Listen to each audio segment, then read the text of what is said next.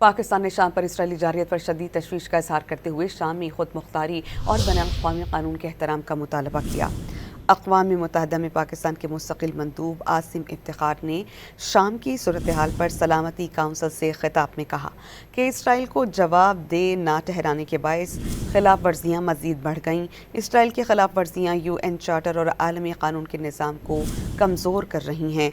Israeli इक़दामात ख़ित्ते को अदम इस्तेहकाम से दो चार करने की कोशिश हैं।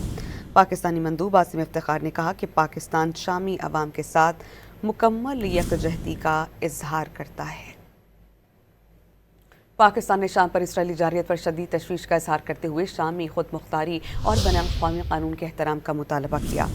अक़वाम मुत्तहिदा में पाकिस्तान के मुस्तकिल मंदूब आसिम इफ्तिखार ने शाम की सूरत हाल पर सलामती काउंसिल से खिताब में कहा कि इसराइल को जवाब दे ना ठहराने के बायस खिलाफ वर्जियाँ मज़ीद बढ़ गईं। इसराइल की खिलाफ वर्जियाँ UN चार्टर और आलमी कानून के निज़ाम को कमज़ोर कर रही हैं। इसराइली इक़दामात ख़ित्ते को अदम इस्तेहकाम से दो चार करने की कोशिश हैं।